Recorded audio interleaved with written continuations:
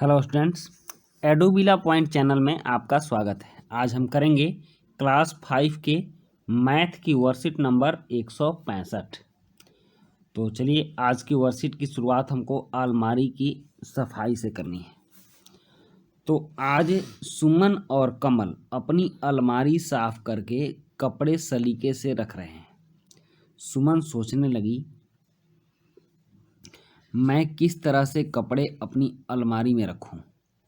कमल ने सुमन से पूछा कि तुम्हारे पास कुल कितने जोड़ी कपड़े हैं। सुमन ने बताया कि उसके पास 12 जोड़ी कपड़े हैं, जिसमें से आधा जोड़ी सलवार कमीज, 1/4 जोड़ी जीन्स टॉप और कुछ जोड़ी लहंगे चोली हैं।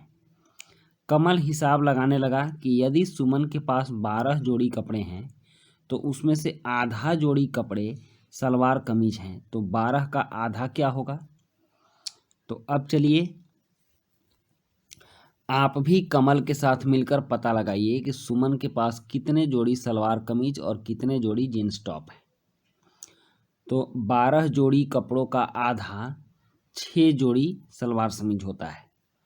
तो आप इसको ऐसे भी लिख सकते हो। हाँ, तो ये हो गया आधा 6 जोड़ी, और 12 जोड़ी कपड़ों का 1/4, तो 1/4 मतलब इसको 4 भाग में करेंगे तो 1 भाग मतलब 3 जोड़ी जीन्स टॉप है।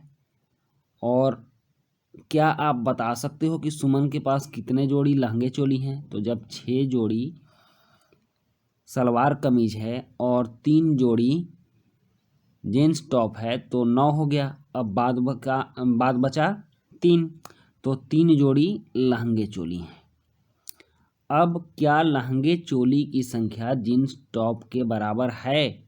तो हाँ, 3 जोड़ी लहंगे चोली हैं और 3 जोड़ी जीन्स टॉप है, तो यह दोनों संख्या बराबर है। लहंगे चोली 12 जोड़ी कपड़ों का कितना हिस्सा है। तो लहंगे चोली 12 जोड़ी कपड़ों का 1/4 हिस्सा है। हो गया। अब यदि आप सुमन की जगह होते तो अलमारी में कपड़े किस तरह रखते, आप यह समझ लीजिए। उसके बाद अब कमल ने सुमन से अपनी अलमारी लगाने में मदद करने के लिए कहा। कमल ने कहा सुमन से, कमल के पास भी 12 जोड़ी कपड़े हैं, जिसमें 4 जोड़ी निक्कर टी शर्ट, 4 जोड़ी पैंट शर्ट और बाकी जोड़ी कुर्ते पजामे। तो 12 जोड़ी का 1/3 मतलब 4 जोड़ी निक्कर टी शर्ट, और 12 जोड़ी कपड़ों का 1/3 जोड़ी पैंट शर्ट, तो यह भी 4 हो गया। अब क्या आप बता सकते हैं कि कमल के पास कितने जोड़ी कुर्ते पजामे हैं।